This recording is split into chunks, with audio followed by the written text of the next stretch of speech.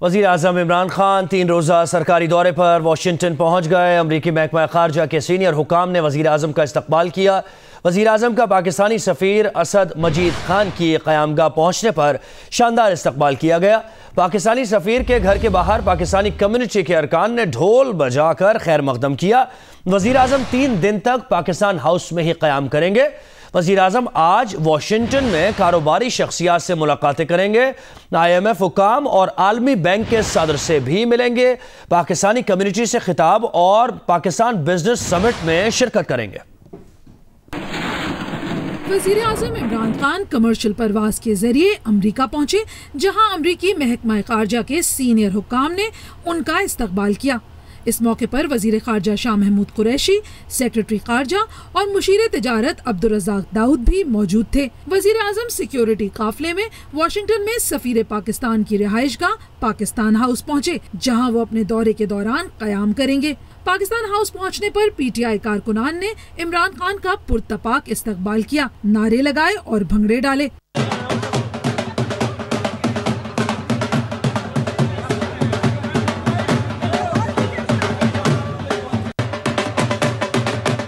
ज़बरदस्त सर, बहुत मज़ा आ रहा है। ऐसे लगता है कि आज ईद का दिन है। हमारे जो बिलवेड लीडर हैं यहाँ पे आ रहे हैं। सब लोग बहुत एक्साइटेड हैं। काफ़ी इवन यंगस्टर जो लोग यहाँ पे भी पैदा हुए हैं वो भी इमरान खान साहब के जलसे में शरीक होना चाहते हैं। वज़ीर आज़म इमरान खान आज IMF के कायम मुकाम MD और वर्ल्ड बैंक के सदर से भी मुलाकातें करेंगे। उनका पाकिस्तानी कम्युनिटी से भी खिताब तय है। वज़ीर आज़म इमरान खान पाकिस्तान बिजनेस समिट में भी शिरकत करेंगे। 22 जुलाई को वज़ीर आज़म इमरान खान व्हाइट हाउस में अमरीकी सदर डोनाल्ड ट्रंप से मुलाकात करेंगे, जबकि वफूद की सतह पर भी मुलाकातें होंगी। अमरीकी सदर वज़ीर आज़म इमरान खान का इस्तकबाल करेंगे और व्हाइट हाउस का दौरा भी कराएंगे। दोनों रहनुमाओं के दरमियान तहाइफ का तबादला भी होगा। इसके अलावा वज़ीर आज़म इमरान खान अमरीकी मीडिया को इंटरव्यू और पाकिस्तान बिजनेस काउंसिल के नुमाइंदगान से मुलाकात करेंगे। वज़ीर आज़म मुख्तलिफ अमरीकी कंपनियों के एग्जीक्यूटिव्स के साथ डिनर भी करेंगे। 23 जुलाई को वज़ीर आज़म इमरान खान की अमरीकी वज़ीर ख़ारजा माइक पॉम्पियो से भी मुलाकात होगी, जबकि वो मकामी थिंक टैंक्स की तकरीब में शिरकत और अमरीकी अखबारों के एडिटर्स से मुलाकातें भी करेंगे। 23 जुलाई की सुबह वज़ीर आज़म कैपिटल हिल का दौरा करेंगे और पाकिस्तानी कॉकस से खिताब भी करेंगे। वज़ीर आज़म Imran Khan speaker of the house Nancy Pelosi से भी मुलाकात करेंगे। DGISPR major general Asif Ghafoor ने कहा है कि अफवाज पाकिस्तान ने पाकिस्तानी सरहदों का बहादुरी से भरपूर दिफा किया। पाकिस्तान की दाखिली सलामती की सूरत हाल पहले से बहुत बेहतर है। अब सिक्योरिटी फोर्सेस की बुनियादी तवज्जो बलोचिस्तान की तरफ है। मेजर जनरल आसिफ गफूर ने इन ख्यालात का इजहार वाशिंगटन में पाकिस्तानी सिफारत खाने में मीडिया से गुफ्तगू के दौरान किया। उन्होंने मुल्क की सिक्योरिटी सूरत हाल और फरवरी की पाक भारत कशीदगी से मुताल्लिक आगाही दी। DGISPR का कहना था कि पाकिस्तानी अवाम और सिक्योरिटी इदारों की कोशिशें और कुर्बानियां रंग ला रही हैं। पाक अफगान सरहद पर बाड़ लगाने से सरहदी कंट्रोल में बेहतरी आ रही है। सरहदी बाड़ लगने से दहशत गर्दों की मुश्किलात में इजाफा और दहशत गर्दी के वाकयात बतदरीज कम होंगे। मेजर जनरल आसिफ गफूर का कहना था कि दहशत गर्दी से मुतासरा इलाकों में सिविल इंतजामिया के साथ मिलकर तामीर और तरक्की और बहाली का काम जारी है। अब सिक्योरिटी फोर्सेस का बुनियादी फोकस बलोचिस्तान की तरफ है। बलोचिस्तान में हुकूमती तरक्याती मंसूबे फौज की मदद से जारी हैं। मेजर जनरल आसिफ गफूर ने बताया कि आर्मी चीफ वज़ीर आज़म के हमरा व्हाइट हाउस मुलाकात में शिरकत करेंगे। आर्मी चीफ पेंटागन का दौरा और अमरीका की अस्करी क़यादत से भी मुलाकातें करेंगे। DGISPR का कहना था कि बैरून मुल्क पाकिस्तानी मीडिया का पाकिस्तान के मुस्बत इमेज को उजागर करने में अहम किरदार है।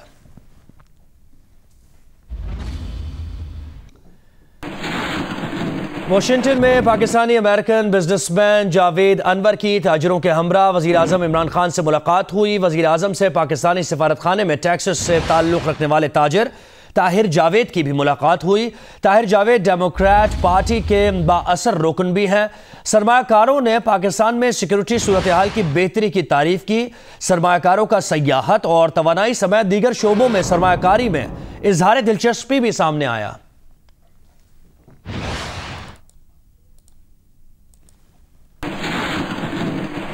ट्रंप इंतजामिया ने इमरान खान के दौरा व्हाइट हाउस को ताल्लुकात बेहतर बनाने का मौका करार दे दिया। इमरान खान का दौरा पायदार शराकतदारी और ताउन को मुस्तहकम बनाने का मौका है। ट्रंप इंतजामिया का यह कहना है, अमरीका पाकिस्तान को यह पैगाम पहुंचाना चाहता है कि ताल्लुकात की बेहतरी के लिए दरवाजे खुले हैं। व्हाइट हाउस मुलाकात में खवातीन के हुकूक, मीडिया की आज़ादी, एनर्जी, एग्रीकल्चर और तिजारत पर बात होगी। ट्रंप इंतजामिया का यह भी बताना है कि मुलाकात में इंसदादी दहशतगर्दी, तिजारत और एनर्जी के मामलात पर भी तबादला ख्याल होगा। सदर ट्रंप अफगान अमन अमल में पाकिस्तान की मदद को सराहते हैं। सदर ट्रंप अफगान अमन अमल में पाकिस्तान की मदद को तस्लीम करते हैं। यह भी ट्रंप इंतजामिया का कहना है।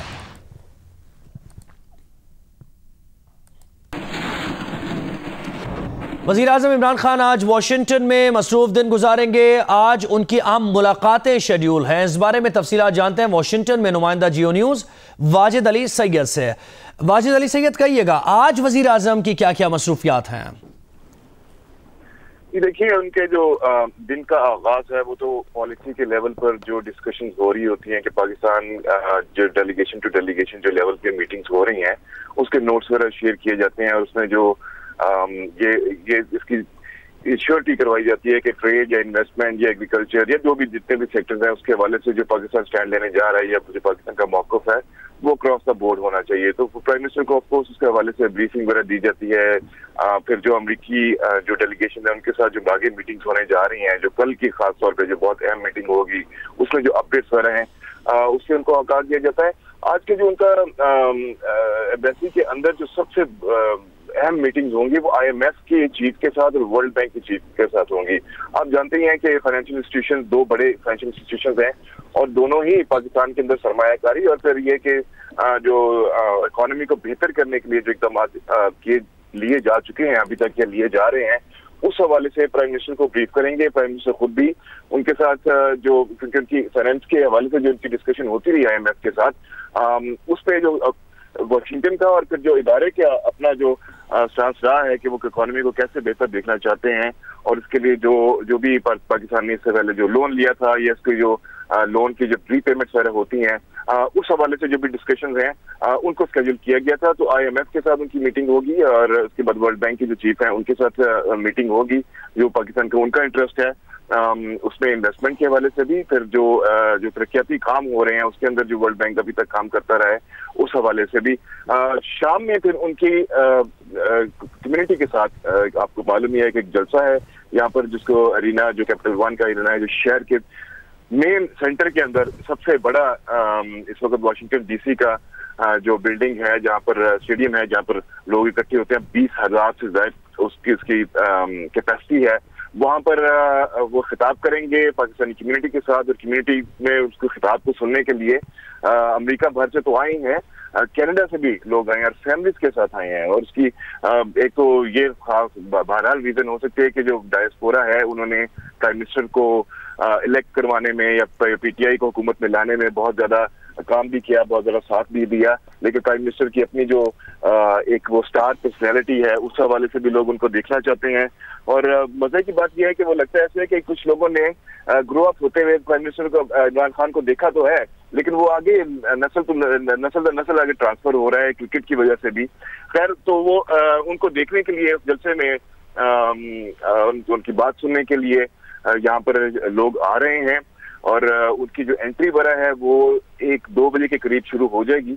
जो टाइम दिया गया है वो 4 बजे 4:30 से 5 बजे तक का है, लेकिन बहरहाल वो सिक्योरिटी और उसकी जिस तरह इम्प्रूवमेंट होती रहेगी उसके मुताबिक फिर वो उनको अलाउ किया जाएगा अंदर आना भी और फिर वहां पे बैठना भी। उसके बाद फिर प्राइम मिनिस्टर की स्पीच है, स्पीच के बाद वो दोबारा वापस एम्बेसी जा रहे हैं। और ये इसमें एक चीज खास तौर पे नोट करने की है कि प्राइम मिनिस्टर की जितनी भी मीटिंग्स हैं डेली की बेसिस के ऊपर उसमें ट्रेड और इन्वेस्टमेंट और बिजनेस को लाने के हवाले से जो लोग भी किरदार अदा कर सकते हैं उनके साथ हर मीटिंग जो है वो हर रोज एक मीटिंग स्केड्यूल की गई है। सो एक पाकिस्तान एम्बेसी ने एक बिजनेस समिट का अरेंज करवाया था। उस बिजनेस समिट में जो पाकिस्तानी अमेरिकन जो कि अमेरिका के अंदर बड़े अच्छे लेवल पर ना सिर्फ एक बिजनेस कर रहे हैं बल्कि दुनिया के दूसरे ममालिक में भी बिजनेस कर रहे हैं उनको लेके आया जाएगा। फिर जो अमेरिकन कंपनीज हैं उनके जो एग्जीक्यूटिव्स हैं उनको भी वहाँ पर उस समिट में बुलाया गया है। उस समिट से वो बातचीत भी करेंगे, खिताब भी करेंगे, फिर उनसे तजावीज़ वगैरह भी लेंगे कि कैसे पाकिस्तान इंश्योर कर सकता है कि इन्वेस्टमेंट और किस किस सेक्टर में लेके आई जाए और कैसे कैसे लाई जा सकती है। पाकिस्तान इससे पहले इस किस्म के डिसीजन तो ले ही चुका है कि वीजा की जो पॉलिसी या रिजीम है उसको फ्रेंडली कर दिया गया है। अब तो ये भी कहा जाता है कि अगर अमेरिकन बिजनेसमैन पाकिस्तान में एयरपोर्ट पे उतरता है तो उसको वीजा वहीं पर ही जारी किया जाता है। इस किस्म के जितने भी इकदाम लिए जा सकते हैं, जो तजावीज़ हैं, उस हवाले से भी उस समिट में बात वगैरह होगी और यहीं पर ही उनका फिर डे क्लोज होगा। फिर कल की जो समिट मीटिंग होने जा रही है उसकी आगे तैयारी शुरू होंगी। जी बहुत शुक्रिया। वाशिंगटन से वाजिद अली सैयद वज़ीर आज़म के दौरे अमरीका का हमें अहवाल दे रहे थे। आगे बढ़ते हैं। अफसोसनाक खबर यह कि डेरा इस्माइल खान में पुलिस चेक पोस्ट पर दहशतगर्दों के हमले और अस्पताल में खुदकुश धमाके से 4 पुलिस एहलकारों समेत 8 अफराद शहीद हो गए।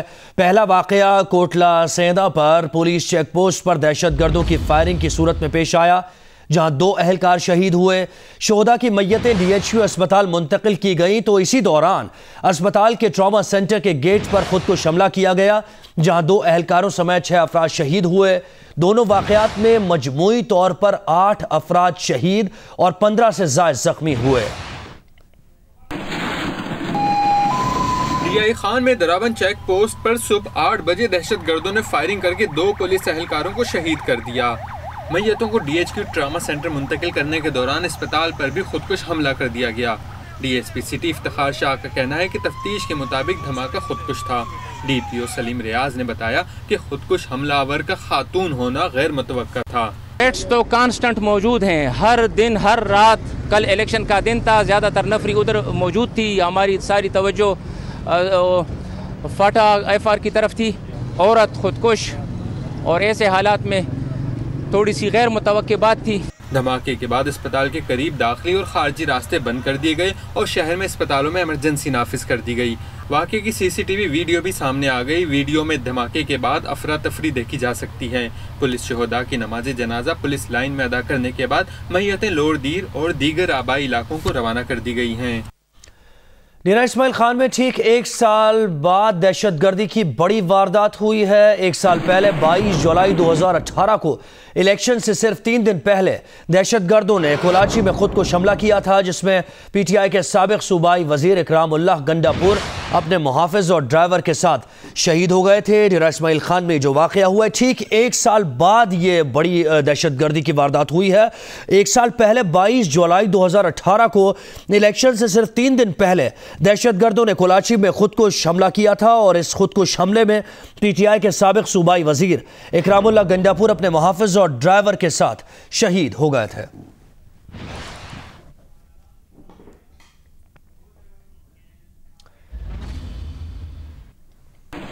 वज़ीर आज़म इमरान खान ने डेरा इस्माइल खान में दहशतगर्द हमले की शदीद मजम्मत की है। इमरान खान ने कीमती जानों के ज़िया पर गहरे दुख और अफसोस का इजहार किया है। वज़ीर आज़म ने शोहदा के दर्जात की बुलंदी और अहले खाना के लिए सब्र जमील की दुआ की, जबकि ज़ख्मियों को बेहतरीन तिब्बी इमदाद की फराहमी की हिदायत और उनकी जल्द सेहतयाबी के लिए भी दुआ की।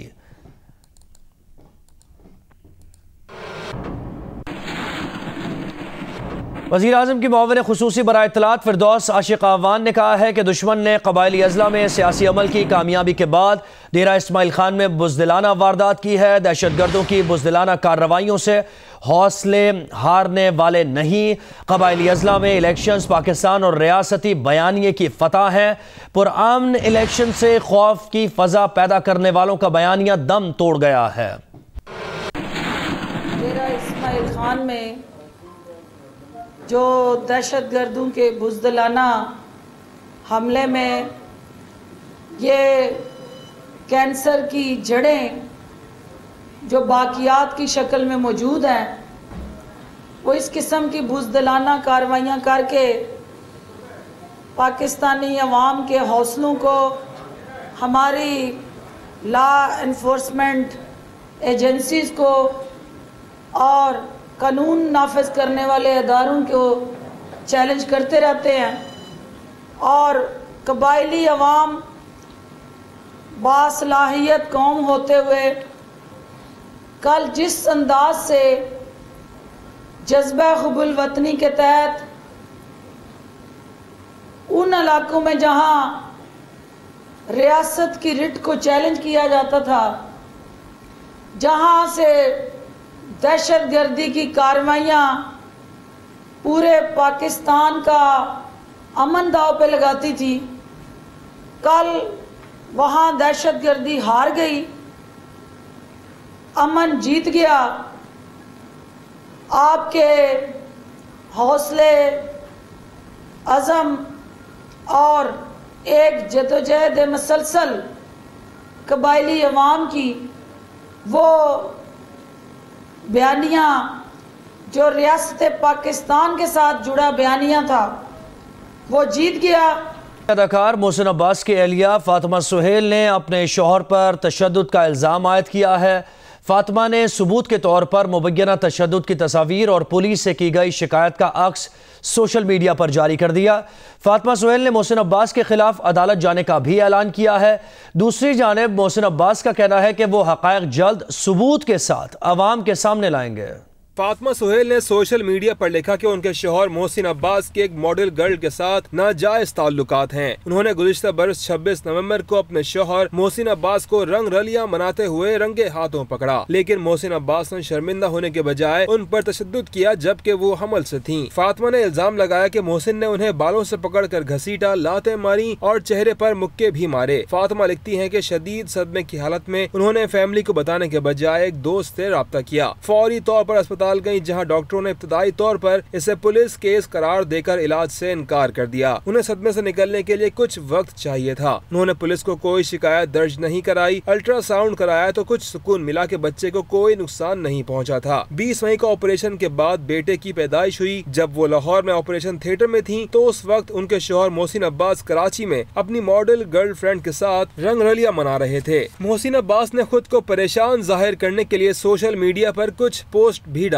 उस वक्त उनकी फैमिली साथ थी लेकिन शौहर नहीं था। 2 दिन बाद अस्पताल आकर मोहसिन अब्बास ने अवामी पजीराई के लिए कुछ तस्वीर लेकर सोशल मीडिया पर डाली, लेकिन अपने बच्चे को देखना तक गवारा नहीं किया। फातिमा सुहेल ने लिखा कि 17 जुलाई को वो मोहसिन अब्बास के घर गईं और कहा कि अपने बच्चे की जिम्मेदारी उठाए, तो उसने फिर मार पीट की और बच्चे की जिम्मेदारी उठाने से मुकम्मल इनकार कर दिया। फातिमा सुहेल ने लिखा कि समाजी दबाव हो या नहीं, लेकिन अब बहुत हो चुका। जो कुछ आप खुद अपने लिए कर सकते हैं कोई नहीं कर सकता। वो नहीं जानती कि बच्चे की परवरिश कैसे करेंगी, लेकिन ये जानती हैं कि अल्लाह मदद करेगा। ज़बानी और जिस्मानी तशद्दुद बहुत सह लिया, तलाक की धमकियां भी बहुत बर्दाश्त कर ली, सच बता दिया, सबूत पेश कर दिए। अब मोहसिन अब्बास से अदालत में मुलाकात होगी। फातिमा सुहेल ने लिखा कि उन्होंने 20 जुलाई को थाने में रिपोर्ट दर्ज कराई, लेकिन पुलिस ने दानिस्ता या नादानिस्ता तौर पर FIR में इस मामले को घरेलू तशद्दुद या बदसलूकी के बजाय महज मियाँ बीवी का झगड़ा लिखा है। दूसरी जानिब मोहसिन अब्बास का कहना है कि वो हकायक जल्द सबूत के साथ अवाम के सामने लाएंगे। अदाकार मोहसिन अब्बास पर तशद्दुद का इल्ज़ाम लगाने वाली उनकी एहलिया फातिमा सुहेल ने कहा है कि वो तलाक नहीं चाहती थी। घर बचाने के लिए 4 साल तशद्दुद बर्दाश्त किया, लेकिन अब उनका सब्र जवाब दे गया है। उन्होंने शौहर से अलहदगी का फैसला कर लिया है। उनका मुतालबा है कि उनके बच्चे को उसका जायज़ हक मिले। जियो न्यूज़ से खुसूसी गुफ्तगू करते हुए फातिमा सुहेल का कहना था कि मोहसिन जुनूनी है, गुस्से में वो खुद को भी अजियत देते हैं, उन्हें डर है कि उनके बच्चे को भी नुकसान ना पहुंचाएं। सबसे पहले तो आपसे ये जानना चाहेंगे, ये तशद्दुद जिनकी तस्वीर आपने शेयर की हैं सोशल मीडिया पर, कब से हो रहा था और आपने किसी को इन्फॉर्म किया या रिपोर्ट किया इससे पहले? मेरी शादी को 4 साल हो गए हैं और 4 साल से ही हो रहा है। शादी के कुछ दिन बाद ही शुरू हो गया था। तो ऑब्वियसली एक हमारे माशरे की औरत यही कहती है कि चुप रहा जाए, डिवोर्स का टैग ना लग जाए मेरे ऊपर। ऊपर से मैंने की भी अपनी मर्जी से शादी की, तो मैं अपने घर वालों को या लोगों को नहीं बताना चाहती थी कि मेरे साथ क्या हो रहा है। तो मैं काफ़ी देर इस मामले पे चुप रही थी। ये जो आपने सोशल मीडिया पर अपलोड करने का सोचा, ये क्या कैसे ख्याल आया आपको? जब मैं अभी 3 मंथ प्रेग्नेंट थी अपने बेटे के साथ, तो मुझे पता चला था कि मेरे शौहर का अफेयर चल रहा है। तो जब मैंने जाके उनसे सवालात किए कि ये आपको पता है कि मैं प्रेग्नेंट हूँ और आपका अफेयर चल रहा है, तो उन्होंने मुझे उस जवाब के बदले में मेरे ऊपर तशद्दुद करना शुरू कर दिया। उन्होंने अपनी गर्लफ्रेंड को कॉल पे रख के मुझे मारा और मेरा बच्चा उनकी नीचे रो रहा था। मुझे लगा कि मेरा फैसला तो ये गलत है कि बच्चे को बाप के साथ होना चाहिए, इस तरह के बाप के साथ बच्चा नहीं होना चाहिए जो अपनी माँ को पिटता देखेगा, कल को वो भी दूसरी औरत को मारेगा। इस दौरान किसी फैमिली मेंबर ने इंटरवीन करने की कोशिश नहीं की, मामला सुलझाने की कोशिश नहीं की? सबने समझाने की भी कोशिश की थी, वो मेरी फैमिली को कुछ समझते नहीं थे, उनके साथ बदतमीजी करते थे। सबने मुझे कहा कि आवाज उठाओ, तुम क्यों नहीं उठाती। मेरी पूरी फैमिली को पता था। मैंने कहा मैं अपना घर पे जाना चाहती हूँ, मैंने डिवोर्स नहीं लेनी है। उन सबको पता है, उनके सारे घर वालों को पता है ये बात कि मोहसिन इस तरीके से तशद्दुद करते हैं, ये मेरे बच्चे को भी कुछ कर देगा। आपको सपोर्ट भी बहुत मिल रही है, तो अब आपने क्या सोचा इस तमाम तर केस का एंड क्या देख रही हैं आप? मुझे मेरे बच्चे के राइट्स चाहिए। मैं इस आदमी के साथ नहीं रहना चाहती। मैंने बहुत तशद्दुद सह लिया, मेरी अब्बा सो चुकी हुई है। मैं अगर एक मीडिया की लड़की हो के मार खा रही है, जो कि काम करती थी पूरे कॉन्फिडेंस के साथ, तो एक गांव की लड़की ने क्या आवाज उठानी है? अगर मैंने आवाज ना उठाई तो वो तो कभी भी नहीं उठाएगी आवाज। मुझे देख के शायद बहुत सी लड़कियां निकलेंगी। सही। अच्छा, अगर आप बताना चाहें फातिमा, एक आखिर इस तलखी की वजह क्या थी कि बात तशद्दुद पर और इतने एक्सट्रीम तशद्दुद पर आती रहती थी? आखिर कोई वजह आपके नज़दीक आपको लगती हो तलखी की? नहीं, मोहसिन का गुस्सा है ऐसा है। मोहसिन ने अपने रीसेंट इंटरव्यू में कन्फेस भी की है ये बात कि उनका गुस्सा बहुत गंदा और बहुत जाहिलाना तरीके का होता है कि वो चीजें तोड़ते हैं और मारते हैं, अपने मुंह पे भी मारते हैं जोर से थप्पड़ और सामने वाले के मुंह मारते हैं। अपने आप पर भी तशद्दुद करते हैं, अपने आप को भी मारते हैं, आप कह रही हैं? हाँ जी, अपने मुंह पे भी मारते हैं थप्पड़। सही। फातिमा सुहेल, आपने जियो न्यूज़ को वक्त दिया, आपका बहुत बहुत शुक्रिया। मोहसिन अब्बास की अहलिया फातिमा सुहेल जियो न्यूज़ से खुसूसी बात कर रही थी इसी मामले पर। जब जियो न्यूज़ ने अदाकार मोहसिन अब्बास से उनका मौक़िफ़ जानने के लिए रब्ता किया तो उनका ये कहना था कि वो अपना मौक़िफ़ एक प्रेस कॉन्फ्रेंस के जरिए देंगे। बुलेटिन के सिलसिले को आगे बढ़ाते हैं। आपको बताएं कि सिविल एविएशन अथॉरिटी ने मुल्क भर में एयरपोर्ट्स पर मुसाफिरों के सामान की प्लास्टिक रैपिंग लाजमी करार दे दी। सोशल मीडिया पर सीए के इस फैसले पर सख्त तनकीद की जा रही है। सोशल मीडिया सार्फिन का कहना है कि सिविल एविएशन अथॉरिटी की जानिब से मुसाफिरों को सामान की प्लास्टिक रैपिंग पर मजबूर करना गैर कानूनी है। दुनिया में शायद कहीं भी ऐसा नहीं होता। ये फैसला मुसाफिरों पर छोड़ देना चाहिए कि वो अपने सामान की प्लास्टिक रैपिंग कराना चाहते हैं या नहीं। सोशल मीडिया सार्फिन का यह भी कहना था कि एक तरफ हुकूमत प्लास्टिक की थैलियों के इस्तेमाल पर पाबंदी लगाने जा रही है और दूसरी जानिब एयरपोर्ट्स पर प्लास्टिक रैपिंग को फरोग दिया जा रहा है।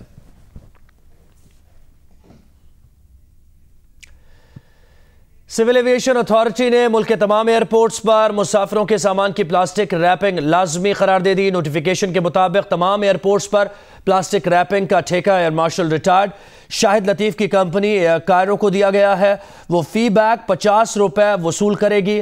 मारूफ दिफाई तजियाकार एयर मार्शल रिटायर्ड शाहिद लतीफ़ कहते हैं उनकी कंपनी एयर कायरो के पास सिर्फ लाहौर के अल्लामा इकबाल इंटरनेशनल एयरपोर्ट का ठेका है। ये कंपनी भी उनके भाई के इंतकाल के बाद उनके पास आई है। सिविल एविएशन की जानिब से तमाम एयरपोर्ट्स के लिए नोटिफिकेशन उनकी कंपनी के नाम जारी करना ज्यादती है। सिविल एविएशन अथॉरिटी के मुताबिक नोटिफिकेशन पर सोशल मीडिया पर शाहिद लतीफ़ और हुकूमत पर कड़ी तनकीद की जा रही है। जियो न्यूज़ से बात करते हुए एयर मार्शल रिटायर्ड शाहिद लतीफ़ का कहना था कि उनकी कंपनी के पास सिर्फ लाहौर के अल्लामा इकबाल इंटरनेशनल एयरपोर्ट का ठेका है। मुल्क के बाकी तमाम एयरपोर्ट्स का ठेका दूसरी कंपनीज के पास है।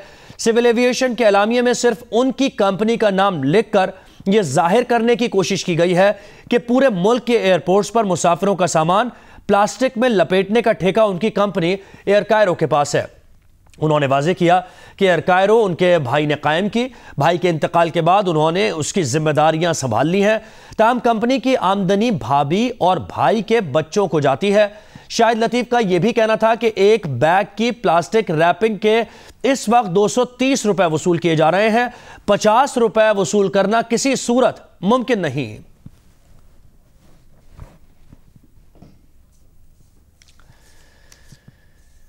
एमक्यूएम पाकिस्तान के रहनुमा फैसल सब्जवारी ने निजी टीवी की एंकर मदिया नकवी से शादी कर ली। शादी की इंतहाई सादा और पुरवकार तकरीब में गवर्नर सिंध इमरान इस्माइल और वजीर आला सिंध मुराद अली शाह समेत अजीज़ो अकारिब ने शिरकत की। फैसल सब्जवारी और मदिहा नकवी दोनों की ये दूसरी शादी है। चेयरमैन सेनेट के खिलाफ अपोजिशन की तहरीक अदम एतमाद का मामला है। सदर मुमलिकत ने सेनेट का इजलास 1 अगस्त को तलब कर लिया। इजलास में चेयरमैन सेनेट और डिप्टी चेयरमैन सेनेट को हटाने की करारदाद पेश की जाएगी। नुमाइंदा जियो न्यूज़ नौशीन यूसुफ ने हमें ज्वाइन किया है। नौशीन, क्या अपडेट्स हैं आपके पास? बिल्कुल, अपोजिशन की जानिब से तो इजलास की रिक्वेजिशन की गई थी, जो इजलास 23 जुलाई को तलब किया था चेयरमैन सेनेट ने, लेकिन उसने चूंकि सिर्फ तहरीक पर बहस की जाएगी, करारदाद नहीं पेश करने दी जाएगी चेयरमैन और चेयरमैन को ओहदे से हटाने की, लिहाजा अब चेयरमैन सेनेट ने तजवीज़ भेजी थी, पार्लिमानी अमूर को हिदायत की थी कि वो सदर मुमलिकत से के पास समरी भिजवाएं इजलास तलब करने की। और अब सदर मुमलिकत ने सेनेट का इंतहाई अहम इजलास जो है वो 1 अगस्त को तलब कर लिया है। इस इजलास में चेयरमैन और डिप्टी चेयरमैन सेनेट जो हैं उनको ओहदे से हटाने के हवाले से जो करारदाद हैं वो पेश की जाएंगी। और अब जो चेयरमैन और डिप्टी चेयरमैन सेनेट के खिलाफ तहरीक अदम एतमाद जो उनको हटाने की जो करारदाद है वो 1 अगस्त के इजलास में पेश की जाएगी और उसके बाद उधर उस पर वोटिंग की जाएगी। जी, बहुत शुक्रिया नौशीन यूसुफ, आपने डिटेल्स दी। पाकिस्तान तहरीक इंसाफ के रहनुमा जहांगीर तरीन कहते हैं आईन में चेयरमैन सेनेट को हटाने का तरीका मौजूद है। कल तक सदर पाकिस्तान सेनेट का इजलास बुला लेंगे। लोधरा में अपने फार्म हाउस पर मीडिया से गुफ्तगू करते हुए जहांगीर तरीन ने कहा कि चेयरमैन सेनेट के खिलाफ तहरीक अदम एतमाद पर खुफिया रायशुमारी होगी, लेकिन वो समझते हैं कि इस वक्त चेयरमैन सेनेट के खिलाफ तहरीक अदम एतमाद की ज़रूरत नहीं थी। जहांगीर तरीन ने कहा कि कबायली अजला जहां कई 100 साल से लड़ाई चल रही थी, पहली बार तहरीक इंसाफ की हुकूमत ने इलेक्शन कराए हैं, जो कि बड़ा कारनामा है। कौम को मुबारकबाद हो, कबायली अजला जमहूरियत में शामिल हो गए हैं। चेयरमैन सेनेट के खिलाफ तहरीक अदम एतमाद का ही मामला है। कौमी असम्बली में कायदे हिज़्ब इख्तिलाफ शहबाज शरीफ कल इस्लामाबाद जाएंगे। शहबाज शरीफ ने नून लीग के सेनेटर्स का इजलास कल इस्लामाबाद में तलब कर लिया। ज़राए के मुताबिक शहबाज शरीफ नून लीग के सेनेटर्स के इजलास की सदारत करेंगे। शहबाज शरीफ पीपल्स पार्टी के वफ्द और मीर हासिल बजिंजो से भी मुलाकात करेंगे। शहबाज शरीफ पीपल्स पार्टी समेत अपोजिशन के तमाम सेनेटर्स से भी मुलाकात करेंगे।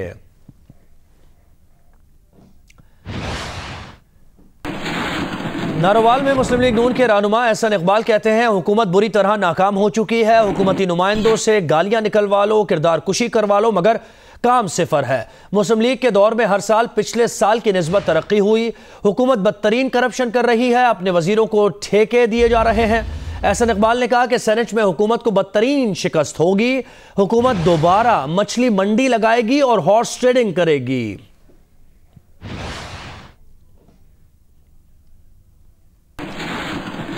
अस्सलाम वालेकुम, मैं हूं अलीना फारूक शेख और आप देख रहे हैं जियो न्यूज़। मजीद वीडियोस और अपडेट्स के लिए अभी सब्सक्राइब का बटन क्लिक कीजिए और देखते रहिए जियो न्यूज़।